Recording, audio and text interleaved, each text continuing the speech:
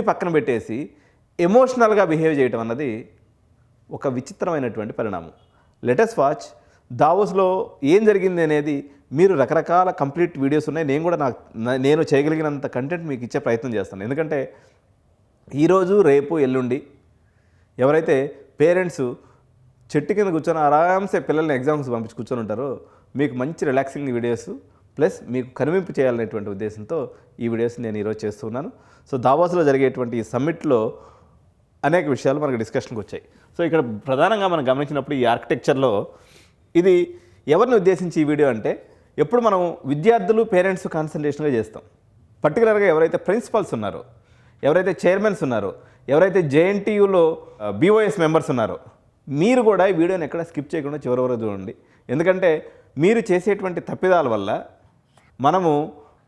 మన దేశము అదేవిధంగా మన విద్యార్థులు రేపొద్దున చాలా రకంగా, అంటే 4 సంవత్సరాలు చేతిలో పేపర్ పట్టుకున్నటువంటి విద్యార్థి బీటెక్ చదువుకొని మీ జేఎన్టీయూ నుంచో లేకపోతే ఉస్మానియా యూనివర్సిటీ నుంచో లేకపోతే XYZ యూనివర్సిటీ నుంచి వాడు వచ్చేసి ఒక బిచ్చగాళ్ళ లెక్క ఒక కంపెనీ దగ్గర పోయి నిల్చోవడం అనేది మీ అందరికి కూడా సిగ్గుచేటైనటువంటి విషయం.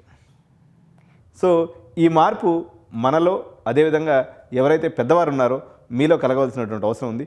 అందువల్ల ఇట్స్ ఇంపార్టెంట్ వీడియో. మనం తప్పు ఎక్కడ చేస్తున్నామో తెలుసుకోకపోతే ఎట్లా ఎల్లకాలం అయినప్పుడు కూడా. ఇప్పుడు చూడండి, ఇప్పుడు మనం ఏమనుకున్నాం, అరే భయ్ నేను చాలా ఇంజనీరింగ్ కాలేజ్ గురించి చాలా నెగిటివ్ వీడియోస్ కూడా చేస్తూ ఉంటాను అనేక సందర్భాల్లో.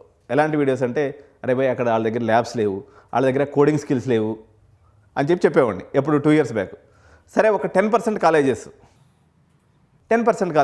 లైక్ CMR ఇంజనీరింగ్ కాలేజ్ కానీ, లేకపోతే IRE కానీ, లేకపోతే ఏస్ ఇంజనీరింగ్ కాలేజ్ కానీ, గీతాంజలి కానీ, ఏదో కొంతవరకు ఈ యొక్క బేసిక్ రిక్వైర్మెంట్ ఏదైతే ఉందో ఆడదాకా చేసుకున్నారు.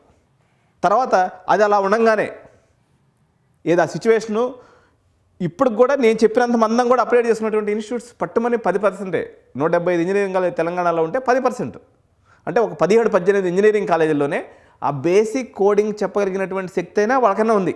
రిమైనింగ్ 165 ఇంజనీరింగ్ కాలేజీలు అది కూడా లేదు, 150 ఇంజనీరింగ్ కాలేజీలు అది కూడా లేదు. సరే ఈ 10 కాలేజీలైనా ఎక్కడ దాకా పరిగెత్తినాయంటే ఓకే. అంతకుముందు ఏంటంటే కోడింగ్ అసలు రానటువంటి వాళ్ళు బయటకు వచ్చేవాళ్ళు.